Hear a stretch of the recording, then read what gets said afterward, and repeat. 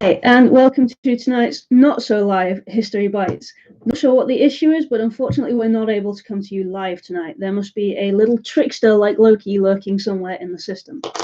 Anyhow, tonight is the last one of my current run of History Bites, and we will be looking at the end of the world mythology. So we've gone from creation, through heroes, through tricksters, and we've now arrived at the end of the world. Again, this seems to be a mythology that all cultures have. There is always some form of fall of the gods or end of the world theory that goes in with the mythology. Most of these are of a cyclic nature, so the world ends, but something else happens that results in a rebirth. There are one or two that are completely destructive final. Their creator god, Atum, essentially dissolves the entire world back into the primordial ooze from whence it came, with no real looking to bring it back. Theirs is the only one I can think of off the top of my head that is a completely destructive mythology. Everything else that I want to look at with you tonight is much more of a cyclic nature. Some of the more famous ones we have, and certainly one that comes from every culture, is a flood mythology. Now, in Western culture, the best known of these is probably the biblical flood of Noah, where he builds the ark, brings in the animals 2 by 2, and God floods the world, destroying everyone except Noah and everything on his boat. There is a very similar early story from Babylon, where a chap called, hang on, let me get the name right, Utnapishtim, I think that's right. Utnapishtim is told by the god of wisdom to build a boat because one of the other gods is really annoyed with mankind and wishes to destroy them. So he builds the boat, puts a load of animals on it, similar to Noah, and after several days awash in the sea of God-sent wrath, sends a dove, a swallow, and a raven out to find dry land. Very similar mythology to what we see in the Old Testament with Noah. In China, too, there is a huge flood mythology where a great flood destroys most of the world. The world is put back to rights again by the god Yu, who, either as a dragon or a human, depending on which version of the mythology you read, repairs the rivers and puts all the water back to the place where it should be. So that's just 3 examples there of flood mythology. There are many more across the world, including a Mayan one, which destroys the world as well. Further around the world, in different areas, the Hinduist religion of India, we see Vishnu's 10th avatar. Again, if I pronounce this wrong, I apologize, but Kalki. Now, Kalki is Vishnu's 10th avatar who will destroy the world and end the current era. It's not necessarily a complete destruction of the world, it's more a destruction of an era, so bringing the current situation to a close in order to rebirth a new world. Now, Kalki will either appear as an invisible force, a sort of godly wrath to destroy the world, or can be depicted as a man on a white horse coming in to destroy all things.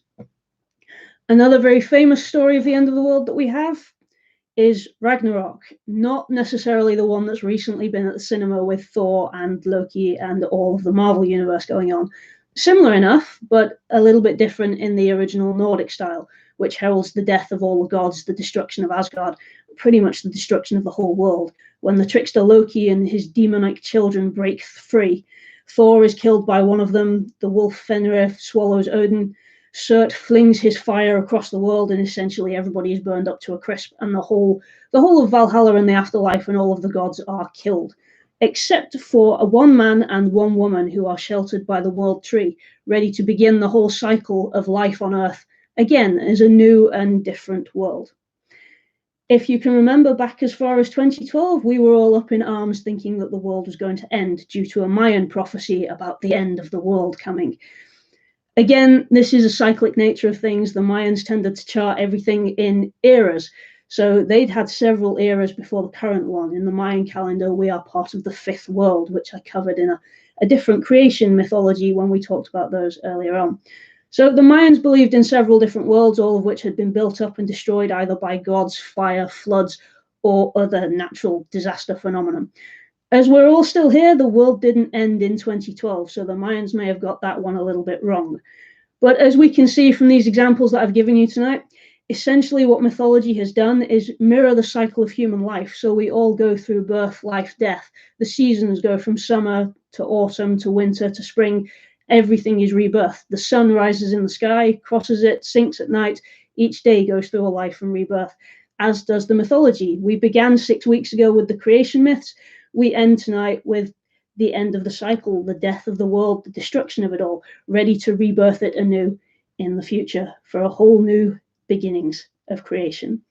That's everything that I have for you in this run of 6-week mythology lectures. I'll be back again later in the year with a whole new set of things for us to look at. If you've enjoyed the videos, please like and subscribe to my channel. You can also check out my books and check out my website, which is smporterauthor.co.uk. That's smporter, all one word. And you can find on there examples of my books and look at various other things. I have a blog on archaeology too, and all of these videos will be available for watching again. Thank you very much for listening, and I will see you again in the future. Thank you and good night.